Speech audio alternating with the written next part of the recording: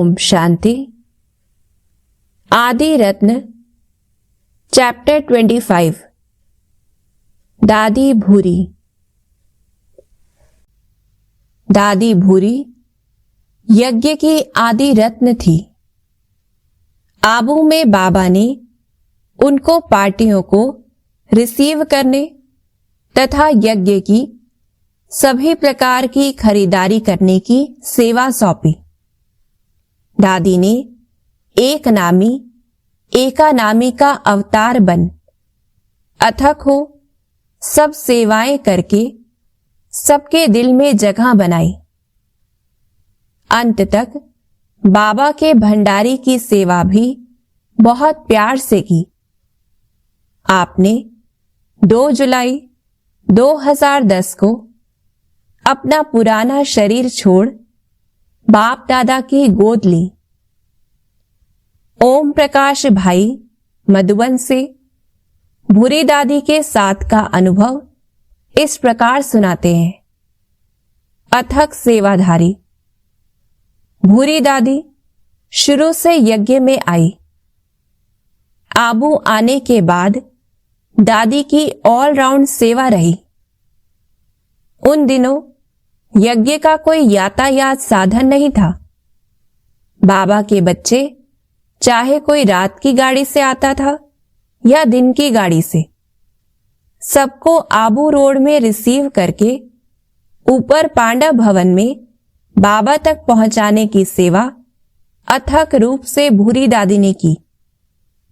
यूं तो हम भी अपनी अपनी रीति से सभी अथक सेवाधारी हैं, परंतु भूरी दादी खास अथक सेवाधारी इसलिए थी कि बाबा दिन में कभी भी उन्हें कहते थे, बच्ची अभी आबू रोड जाना है, तो हमने देखा दिन में 4 या 5 बार जाकर वापस भी आ जाती थी। नीचे ऊपर आने जाने के लिए उस समय बस के अलावा और कोई साधन नहीं था।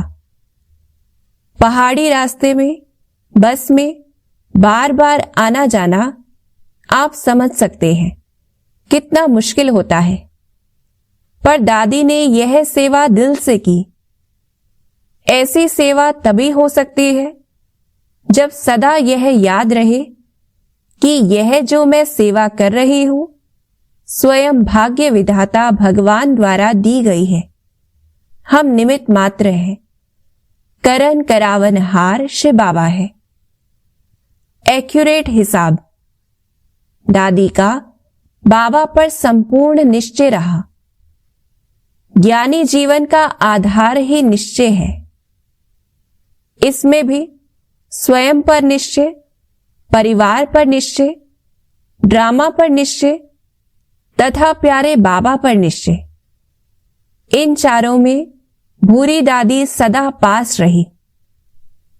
कभी मैंने भूरी दादी को 1 मिनट भी खाली बैठे नहीं देखा। निर्माण चित बहुत थी। कोई ने कुछ कहा तो भी उनके मुख से कभी गुस्से का या ऐसा शब्द नहीं निकला।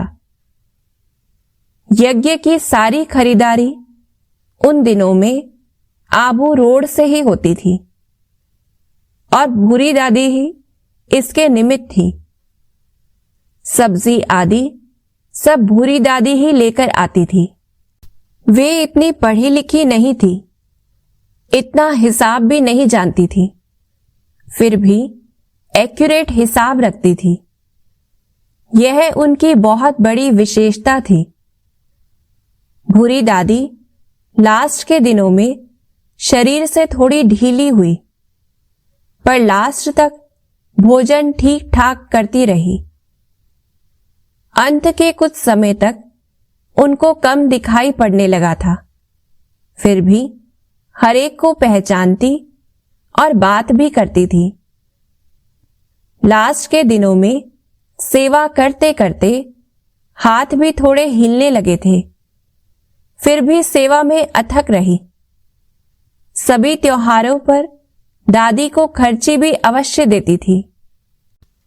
ऐसी यज्ञ स्नेही दधीची सम हड्डियां सेवा में लगाने वाली दादी भूरी को श्रद्धा सुमन समर्पित है। भूरी दादी निमित्त भोग तथा वतन का संदेश शशि बहन के द्वारा। आज सर्व भाई बहनों की याद प्यार लेकर जब मैं वतन में पहुंची तो वतन का नजारा बहुत सुंदर था। चारों ही तरफ बहुत सुंदर सजावट थी। सजावट के बीच में एक ऐसा स्थान बना हुआ था जहां पर भूरी दादी का बहुत सुंदर फरिश्ते जैसा श्रृंगार किया हुआ था। उसके ऊपर गोल्डन रिफ्लेक्शन पड़ रहा था। जैसे ही मैं नजदीक पहुंची तो भूरी दादी का साक्षात देवी और फरिश्ते का रूप दिखाई दे रहा था। थोड़े समय के बाद बाबा आए। बाबा भी भूरी दादी को देख मुस्कुरा रहे थे। बाबा ने कहा, बच्ची क्या सोच रही हो? मैंने कहा, यह भूरी दादी है। बाबा ने कहा, ध्यान से देखो।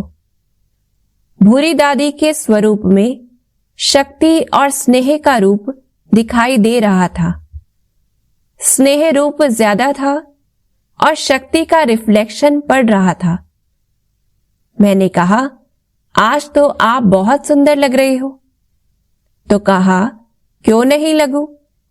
बाबा ने आज मेरा प्यार से श्रृंगार किया है। मैं तो बाबा की गोदी में स्नेह में झूल रही हूं। बाबा ने कहा, बच्ची का आज बाबा क्यों श्रृंगार कर रहे हैं? क्योंकि इस बच्ची ने शुरू से ही एक तो अथक सेवा द्वारा अनेक आत्माओं को सुख दिया है।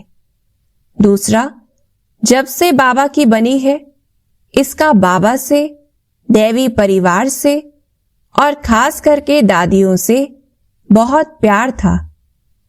उस प्यार में जैसे खो जाती थी। जब बाबा ने यह कहा तो उसकी आंखों में स्नेह के मोती दिखाई देने लगे। फिर मैंने कहा, दादी आप तो बाबा के पास पहुंच गई। तो कहती है, मैं तो बाबा के पास ही थी। बाबा रोज मेरे को सूक्ष्म वतन में बुला के ऐसे अनुभव करवाता, कभी झूले में झुलाता, कभी अन्य स्थान पर ले जाता था। मैं तो बहुत खुशी का अनुभव कर रही हूं। बाबा ने कहा, मैं इसे कहां ले जाता था बताऊं? तो इतने में एक पुष्पक विमान आया। बाबा ने कहा, चलो बच्ची इसमें बैठो। तो कहा, मैं नहीं बैठूंगी, मैं तो बाबा के साथ ही रहूंगी। उस पुष्पक विमान में चारों तरफ बहुत से फरिश्ते दिखाई दे रहे थे जो उसको बुला रहे थे। बाबा ने कहा, देखो तुम्हें कौन बुला रहा है। फिर बाबा उसे लेकर उसमें चले। जैसे ही वो उसमें बैठने लगी, सभी फरिश्ते माला लेकर उसका स्वागत कर रहे थे। बाबा ने कहा, शुरू से लेकर तुम अनेक महारथियों को, ब्राह्मण परिवार की अनेक आत्माओं को रिसीव करती थी। गाड़ियों में बिठाकर उन्हें प्यार से भेजने की व्यवस्था करती थी। तो आज सभी भाई बहनें उस स्नेह का रिटर्न दे रहे हैं। उस रिटर्न में सभी इतनी माला लेकर खड़े हैं। फिर जैसे ही पुष्पक विमान में चढ़ी तो उस विमान में एक तरफ बाबा, एक तरफ एडवांस पार्टी के महारथी थे, बीच में भूरी दादी थी। विमान ऊपर उड़ते हुए ऐसे दृश्य दिखाता है जैसे सतयुगी दुनिया के नजारे सामने आते जाते हैं। बाबा ने कहा, देखो तुमने सबको सुख दिया है। ये जो नजारे देख रही हो, ये सतयुगी दुनिया के नजारे नहीं हैं। ये वो सुख के नजारे हैं जिस सुख का तुमने अनुभव करवाया है, जिनको अनुभूति हुई है, वो अनुभूति स्नेह के रूप में, दुआओं के रूप में आज सब परिवार वाले तुम्हारे प्रति प्रकट कर रहे हैं। सुनते हुए डिटैच हो गई, कहती है बाबा यह सब आपने किया। फिर यह दृश्य पूरा हुआ। फिर बाबा, बड़ी दादी और सब दादियां तथा और भी कई भाई बहनें थे। बीच में भूरी दादी थी जो उन सबको देख भी रही थी। बाबा ने कहा, बच्ची तुम इनकी विशेषता को जानती हो? मैंने कहा, भूरी दादी की तो बहुत सी विशेषताएं हैं, हर एक ने इनसे बहुत कुछ सीखा है।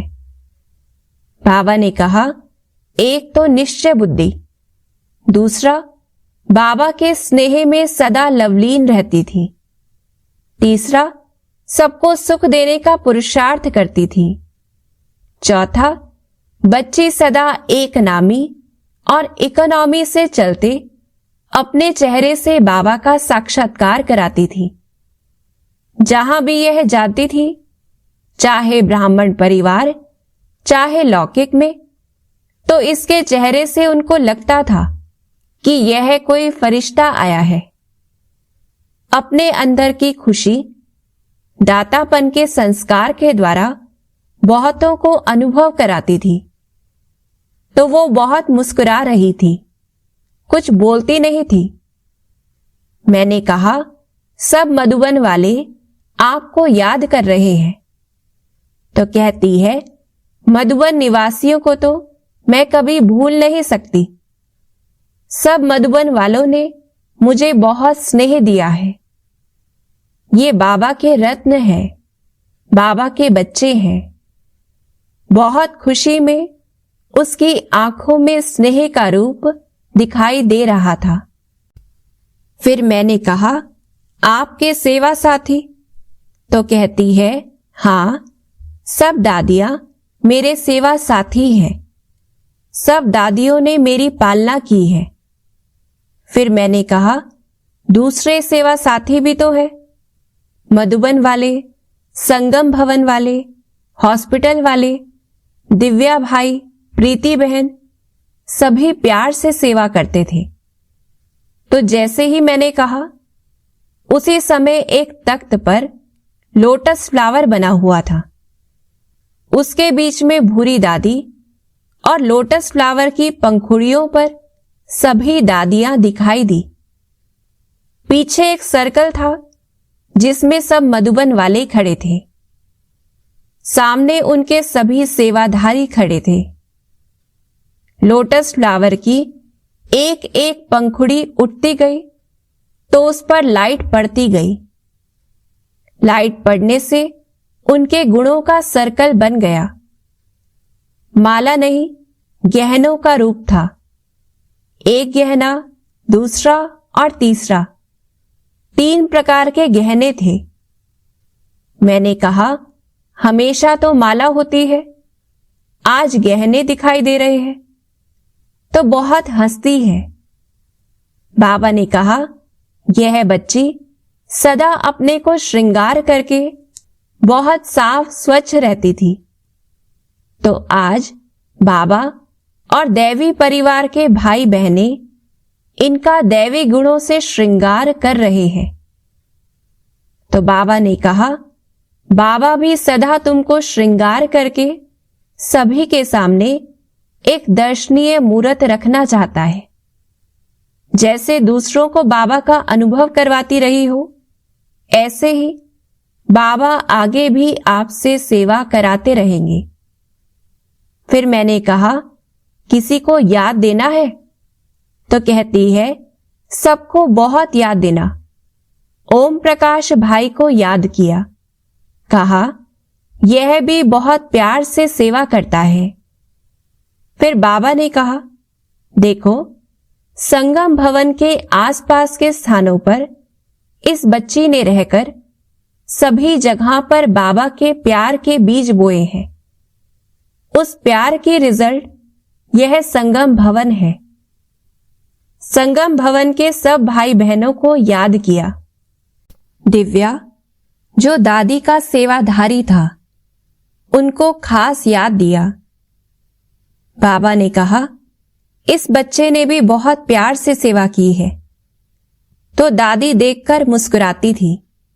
कहती है, इसको जब भी कुछ कहो तो हंसते हंसते सेवा करता था और मुझे भी हंसाता था। फिर मैंने कहा, दादी आपके लिए भोग लाए हैं। बाबा ने खोला और कहा, देखो तुम्हारे लिए मधुबन से भोग आया है। तो स्नेह में खो गई और कहा, बाबा यह तो आपको खाना है। फिर बाबा ने उसको अपने हाथ से खिलाया। भोग खाते खाते कुछ सेकंड के लिए बाबा की तरफ देखने लगी। देखते हुए कहती है, बाबा मेरे को लास्ट तक भी ऐसे अनुभव हो रहा था कि जैसे मैं आपकी गोदी में बैठी हूं। बाबा आप तो मेरा हाथ पकड़कर चलाते रहे हैं, आगे बढ़ाते रहे हैं। ऐसे कहते बाबा को कहती है, जिन्होंने सेवा की है उन्हों का कितना बड़ा पुण्य का खाता जमा हुआ है। बाबा ने कहा, तुम्हारे स्नेह और बाबा के प्यार के कारण सबने प्यार से सेवा की है। उससे पुण्य का खाता तो क्या, अनेक वरदानों को प्राप्त किया है। फिर बाबा ने सबको याद दी। दादी भी सबको याद दे रही थी। बाबा को देख रही थी, बहुत खुश हो रही थी। फिर तो मैं वापस आ गई। ओम